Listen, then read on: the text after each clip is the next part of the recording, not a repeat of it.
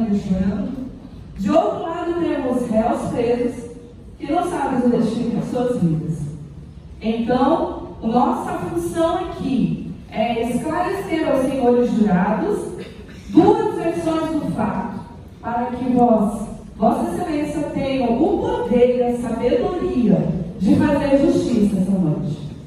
Inicio a minha fala dizendo que a vida é o nosso bem maior, imprescindível, e de nenhum modo poderia ser usado como objeto de disputa em jogo. Nenhum ser humano tem o direito de tirar a vida do outro. Os réus são confessos.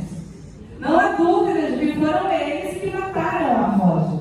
Segundo os réus, e eu digo segundo, porque tudo que temos para trabalhar nesse júri, neste tribunal, é o depoimento dos réus, é a fala dos réus, o que eles quiseram dizer, porque Roger não está aqui esta noite para falar a sua versão. Então, segundo os réus, Roger teve a ideia de jogar os dados para dessa forma determinar que um entre eles servisse de alimento para os demais.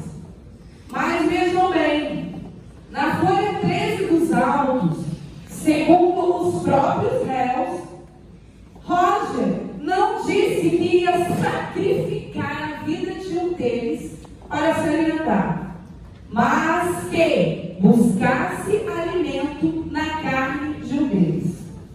Queridos, é uma declaração muito abrangente. Teria Roger proposto que um entre eles tivesse parte do seu corpo amputada para que esta servisse de alimento para eles?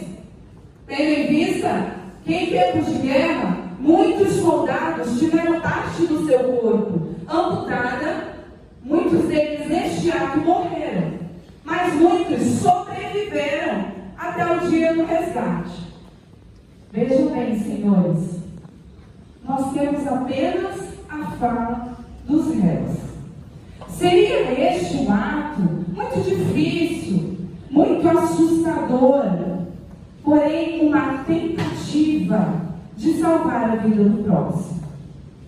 Nos autos consta, na folha 14, que Roger, após ter uma comunicação com autoridades da equipe de resgate, decide aguardar mais uma semana para tomar uma atitude tão difícil que ele teria proposto. Mas, queridos, Roger pensa e diz, segundo os autos, que o alimento estava escasso. Não tinha acabado. Tinha alimento, mas em pouca quantidade. Eles estavam se alimentando, mas em pouca quantidade. Porém, os réus queriam comer carne. Estavam cansados do que estavam comendo em pouca quantidade. E neste momento, eles decidem, em um jogo de todos contra um, e um para todos, jogar os dados para o Roger. A partir desse momento, Roger perde o direito da vida. A partir deste momento, Roger é sentenciado a não sair vivo daquela caverna. A partir deste momento, Roger perde totalmente o direito de viver. Eu fico pensando, será que Roger implorou por sua vida? Suplicou a seus amigos uma oportunidade a mais para viver? Ou se calado, Roger aceitou o seu destino? Observe o que ele poderia fazer. Foi da covardia. 4 contra 1. Eu penso que Roger, nesse momento, poderia estar pensando em sair em vida dali, ser resgatado, encontrar sua família, abraçar sua esposa. Mas ele não teve essa oportunidade. Ele não teve essa chance. Furtaram o último suspiro de Roger. Roubaram o brilho do seu olhar, fazendo com que sua família hoje estivesse sentindo a falta do abraço, sentindo a falta do sorriso, sentindo a presença de Roger. Eu digo a presença porque Roger ainda vive no coração daqueles para quem ele era especial.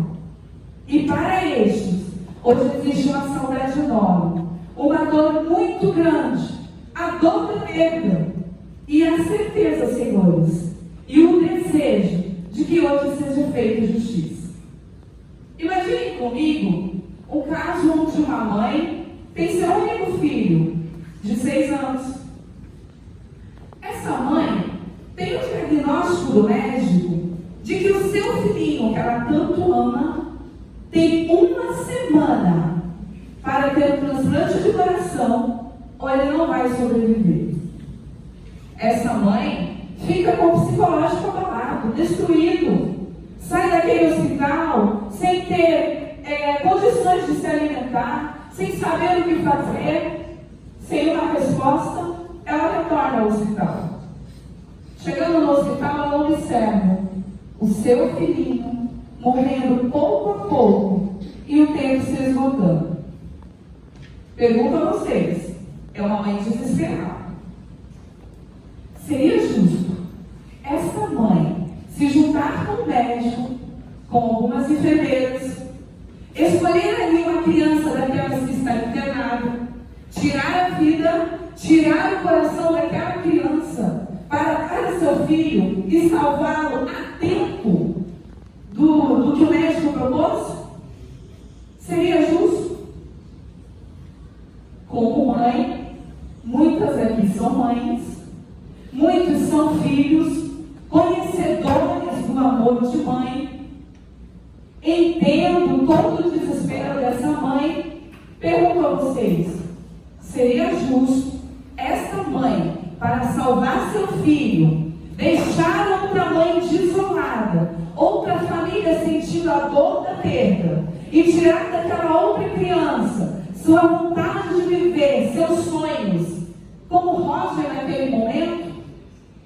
Responda, é justo? Comparando com o nosso caso em questão, eu digo a vocês, o amor de mãe é incondicional. O desespero daquela mãe era enorme. Marta Medeiros cita no livro dizendo, uma mulher é apenas uma mulher, mas uma mãe, ela é um vulcão, uma tempestade invencível para salvar a vida do seu filho. E eu digo, se essa mãe fizesse tal ato para salvar a vida do seu filho, ela não seria inocente hoje. Voltando aos fatos, tudo que Roger queria era viver. Ele não foi morto por uma mãe incondicional de uma mãe. Roger foi morto por 4 assassinos cruéis que o mataram porque queriam comer carne. Queridos, havia um risco de morte? Um risco. Uma mera presunção. Porque, segundo a teoria de Darwin, o processo de seleção natural, aquele que se adapta ao ambiente, sobrevive mais e se reproduz. Esta teoria explica que um entre eles não sobreviveria muito tempo, não conseguiria suportar. Dessa forma, eles poderiam vir a comer aquele que faleceu, porque teriam morrido. Seria doloroso? Seria. A família estaria hoje sentindo? Sim. Porém, seria aceitável, dadas as condições naturais que isso acontecer.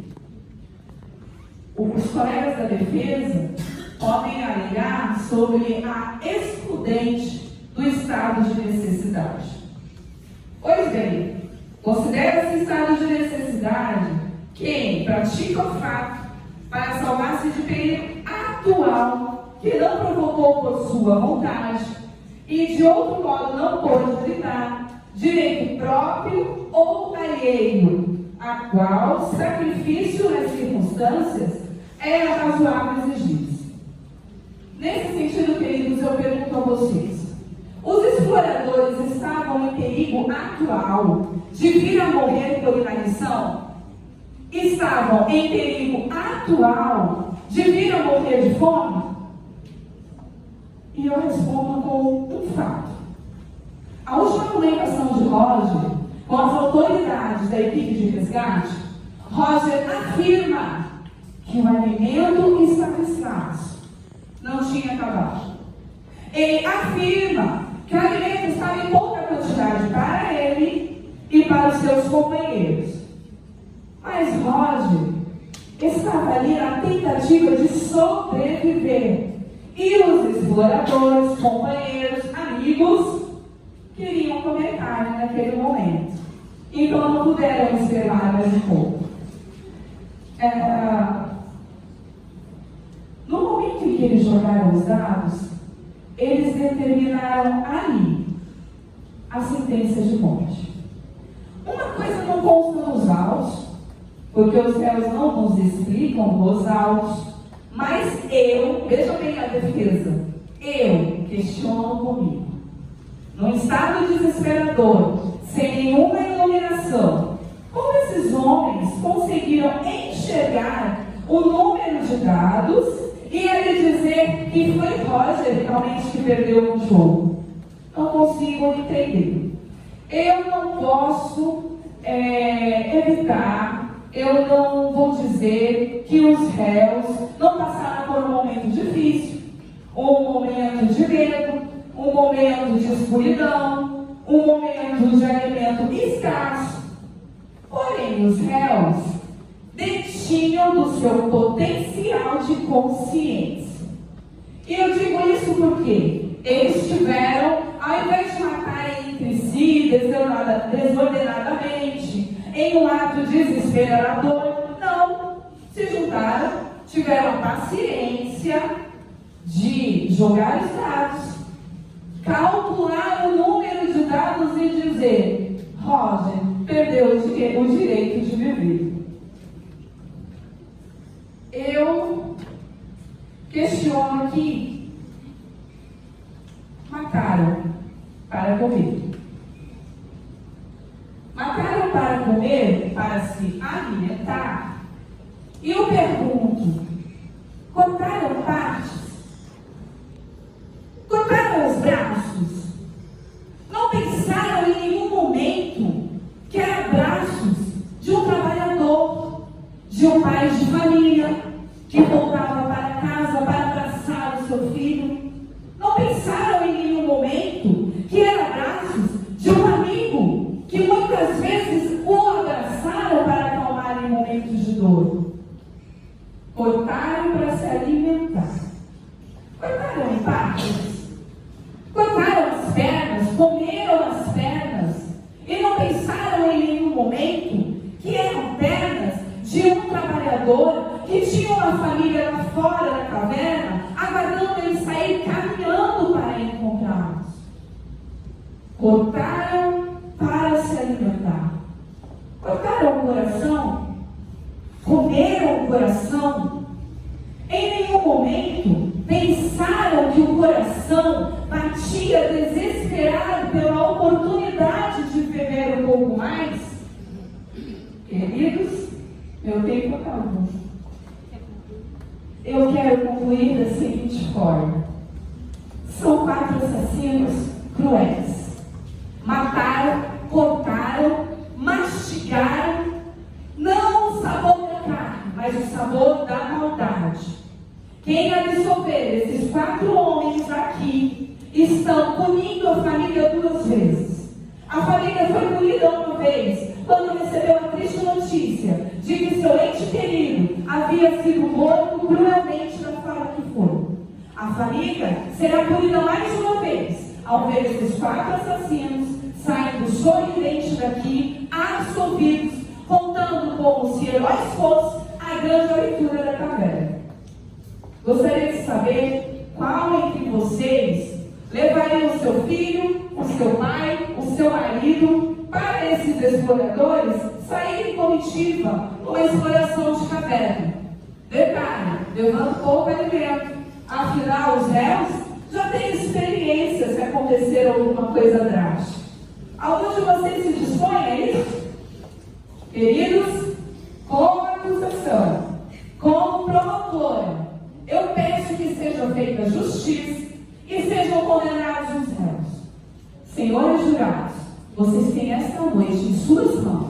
o poder de fazer justiça. Que sigam para nossos lares, certos de que a justiça foi feita aqui. Sem mais, agradeço.